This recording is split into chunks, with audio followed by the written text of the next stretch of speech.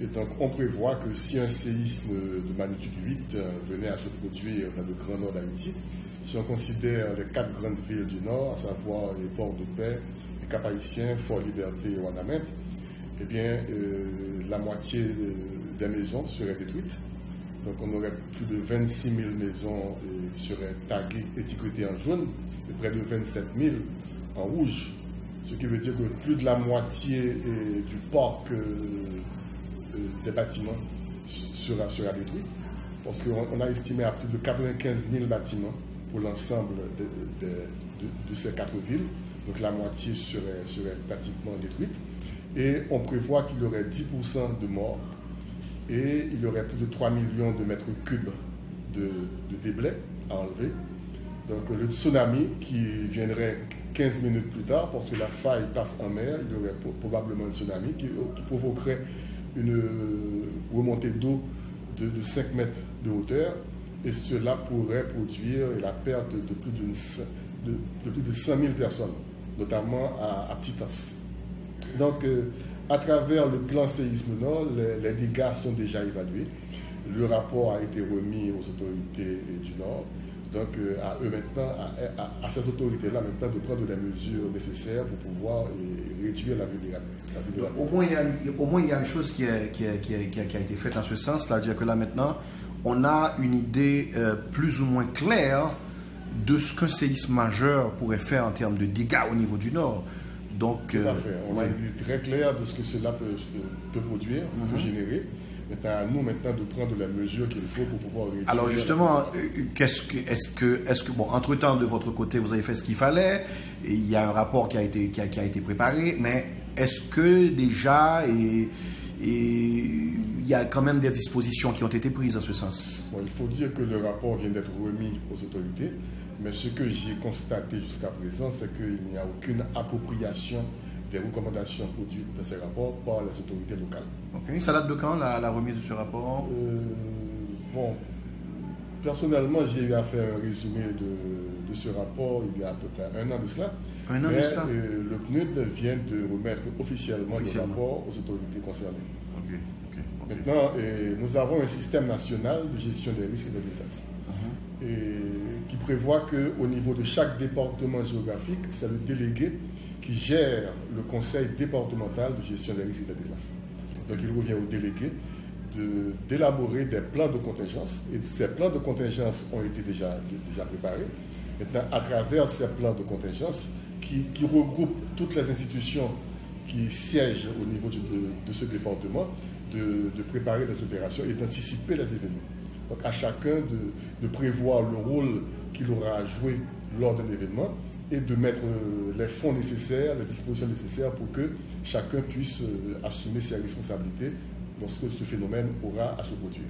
Pouvez-vous nous faire un petit rappel historique, ingénieur Pelletier, parce que le Nord a dans le temps subi de grands séismes. On pourrait faire pour nous un petit rappel de ce qu'on a eu à titre historique, les grands séismes qui ont frappé le Nord déjà?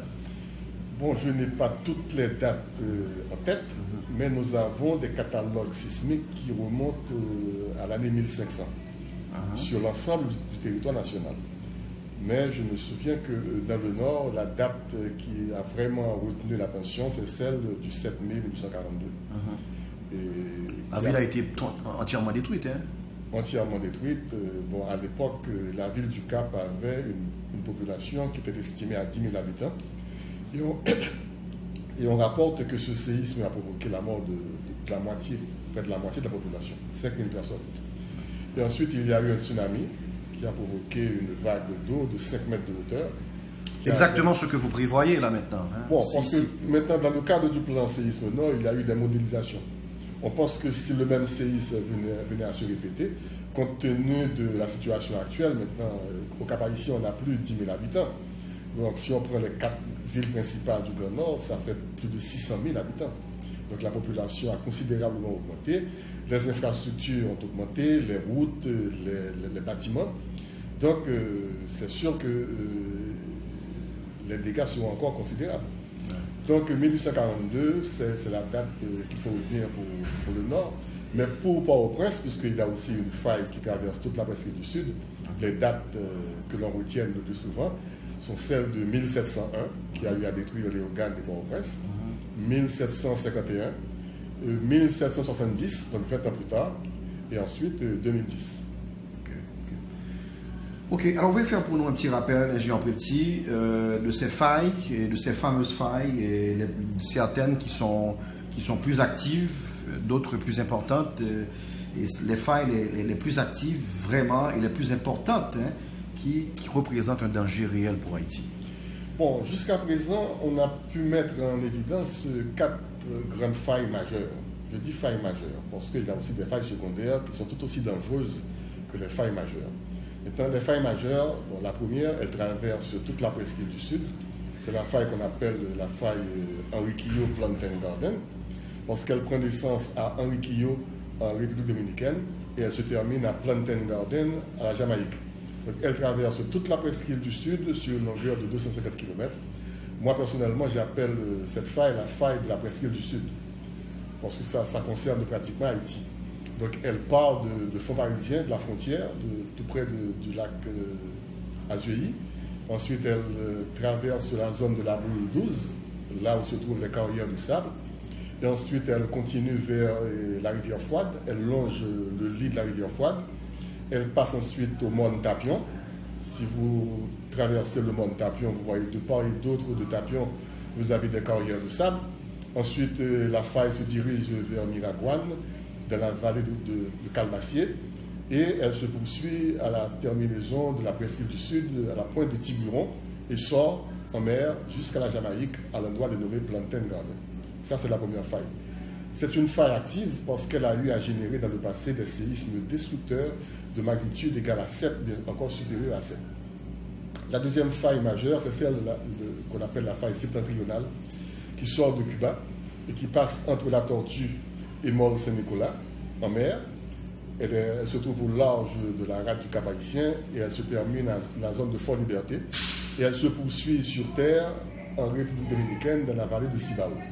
C'est une faille qui est aussi longue que la faille de la presqu'île du Sud, et parce qu'elle peut générer des tremblements de terre supérieurs à 7, allant même jusqu'à 8. Donc, dans le passé, on a eu beaucoup de séismes sur cette faille active. Maintenant, à 50 km de cette faille septentrionale, il y a aussi la faille Hispaniola, qui est complètement en mer. Et cette faille fait la jonction entre la plaque caraïbéenne et la plaque nord-américaine. C'est une faille active qui a eu aussi à générer dans le passé des séismes destructeurs. Donc ce sont deux failles qui menacent pratiquement le Grand Nord, la faille septentrionale et la faille nord d'Hispaniola. Et ces failles sont en mer. Non seulement elles peuvent produire des séismes, mais elles peuvent générer quelques minutes plus tard des tsunamis dévastateurs. Il y a une quatrième faille qui est moins dangereuse que les trois autres. C'est la faille Muertos-Neiba, qui part de la zone de Muertos en République dominicaine et qui traverse toute la chaîne des Matteux et qui suit la route des sources puantes, etc., qui va jusqu'à Gonaïve. Donc elle est moins dangereuse, elle est moins connue également, elle est moins active, mais c'est une faille active et c'est elle qui est à l'origine des carrières de sable que vous avez sur la chaîne des Matteux, au niveau des sources puantes, au niveau de Titanien, au niveau de toute la chaîne des Matteux. Maintenant, là, ce sont les failles majeures. Il y a aussi des failles secondaires que l'on ne connaît pas tout à fait. Parce que le 12 janvier, le séisme s'est produit non pas sur une faille majeure, mais sur une faille mineure, une faille secondaire. Et c'est ce qui a pu produire le séisme de magnitude 7. Maintenant, après le séisme du 12 janvier, on a eu à faire le microzonage de la région de Port-au-Prince. Et puisque l'étude géologique a été faite à une échelle convenable, nous avons pu cartographier beaucoup de failles secondaires et nous avons jugé que ces failles étaient tout aussi dangereuses que les failles principales. Donc, il faut poursuivre les recherches à travers le territoire parce qu'à côté de ces failles majeures, il existe tout un tas de failles secondaires que l'on ne connaît pas. Ces failles sont sous nos pieds, il faut les identifier, elles sont actives et elles peuvent générer des séismes aussi dévastateurs que ceux qu'on a enregistrés le 12 janvier 2010. Ok, dites-nous, ingénieur Petit, comment est-ce que l'État accompagne le Bureau des Mines, puisque par rapport à ce que vous faites, et on a compris l'importance non seulement parce qu'il y a l'aspect de la surveillance sismique, il y a aussi l'aspect de l'identification de l'inventaire des ressources, on va y arriver. Mais comment l'État accompagne-t-il le Bureau des mines et de l'énergie? En matière des risques géologiques, l'État nous accompagne timidement. Parce que, vous savez, lorsqu'on parle de menaces naturelles, les séismes ne sont pas les seules menaces que Haïti peut subir. J'ai pu compter au moins 7 menaces naturelles. Il y a les séismes, il y a les tsunamis, il y a les cyclones, les inondations, les mouvements de terrain et les problèmes de sécheresse. Et maintenant, nous avons des problèmes de changement climatique. Donc, toutes ces menaces sont là. Et le problème sismique n'est pas vraiment prioritaire parce que si on devrait prioriser les menaces, ce qui vient en tête, ce sont les menaces cycloniques, parce que chaque année, nous avons une saison cyclonique. Régulièrement. Et malheureusement, nous n'avons pas une saison sismique. Donc, puisqu'on ne peut pas dire à quel moment le séisme va se produire, donc il est très difficile de dire, bon, on va mettre de l'argent pour faire la prévention des séismes, parce que lorsqu'on ne sait pas que, bon, dans 1 an, dans 2 ans, est-ce qu'on va avoir un séisme? Peut-être qu'on va l'avoir dans 10 ans, dans 20 ans, dans 30 ans. Ouais. Donc, il vaut mieux mettre l'argent dans la prévention du risque cyclonique, de la prévention du risque d'inondation, parce que cela se produit chaque année et on sait que cela va se produire chaque année. Mais quand même, le risque sismique, lorsqu'il se produit, même si cela se fait chaque 20 ans, 30 ans, 50 ans, mais lorsque cela se fait, eh bien, les dégâts sont vraiment considérables et sont même plus importants que les risques cycloniques et d'inondation.